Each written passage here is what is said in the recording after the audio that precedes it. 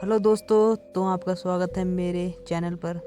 आज के real horror incident की स्टोरी में आपका स्वागत है।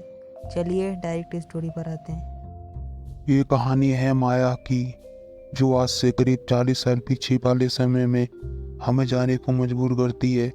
माया बचपन से ही बहुत ही साहसी और निडर लड़की थी। वह अभी 14 वर्ष की ही थी।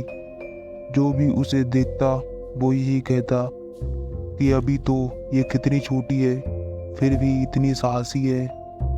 वो अपने माता पिता की इकलौती संतान होने के कारण बहुत ही लाड़ प्यार से पली बड़ी थी। उसके माता पिता उसे अपनी जान से भी ज़्यादा प्यार करते थे। एक दिन वह अपनी सहेलियों के साथ खेल रही थी और खेलते खेलते बहुत दूर निकल गई। आते वक्त रास्ते में अंधेरा हो गया। उसकी सहेलियों के घर उसके घर से पहले ही थे, तो उसकी सहेलियां अपने अपने घर चली गईं। अब माया रास्ते में एकदम अकेली। चारों तरफ सन्नाटा फैला हुआ था। माया दबे पांव चले जा रही थी कि अचानक उसने किसी के रोने की आवाज सुनी। माया रुकी और उसने इधर उधर नजर घुमा के देखा, लेकिन उसे वहां कोई दिखाई नहीं दिया। वो फिर से अपने रास्ते पर तेजी से आगे की तरफ बढ़ने लगी। माया अपनी मंजिल की ओर बढ़े जा रही थी कि फिर से उसने किसी के रोने की आवाज सुनी। इस बार उसे कोई दिखा, जो सफेद कपड़ों में था, जो रास्ते से थोड़ा हटकर झाड़ियों के पास बैठा हुआ था और जोर जोर से रो रहा था, मानो उसे कितना दर्द हो रहा हो। माया ने सोचा कोई बूढ़ा व्यक्ति है जिसको मेरी मदद की जरूरत है। सोचते हुए माया उस व्यक्ति की तरफ बढ़ ही रही थी कि उसे दूसरी तरफ से भी रोने की आवाज आने लगी।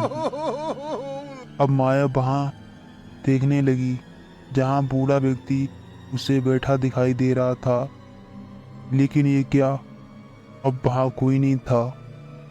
अब तो माया के रोंगटे खड़े हो गए। वो बहुत ही डर गई और अपने घर की तरफ दौड़ने लगी।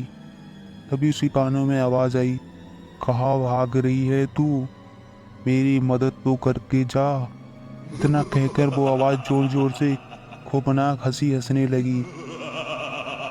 माया का पूरा शरीर पसीने में लथपथ था और माया दौड़े जा रही थी। माया भगवान शिव को मानती थी। वह रोज मंदिर जाती और शिवरात्रि पर्व जब भी आता वो उपवास रखती, लेकिन मांगती कुछ भी नहीं थी। माया भागते भागते शिव जी को यही बात कह रही थी कि मैंने आपसे कभी कुछ नहीं मांगा, लेकिन आज मुझे आपकी ज़रूरत है। मुझे घर जाकर मेरे माता पिता से मिलना है। कहते हुए रास्ते में ही बेहोश होकर गिर गई। सुबह उसकी आँख खुली तो वो अपने घर पर अपने माता पिता के पास थी। होश में आने पर माया ने बताया, माँ, रात तो मेरे साथ बहुत ही अजीब बात हुई।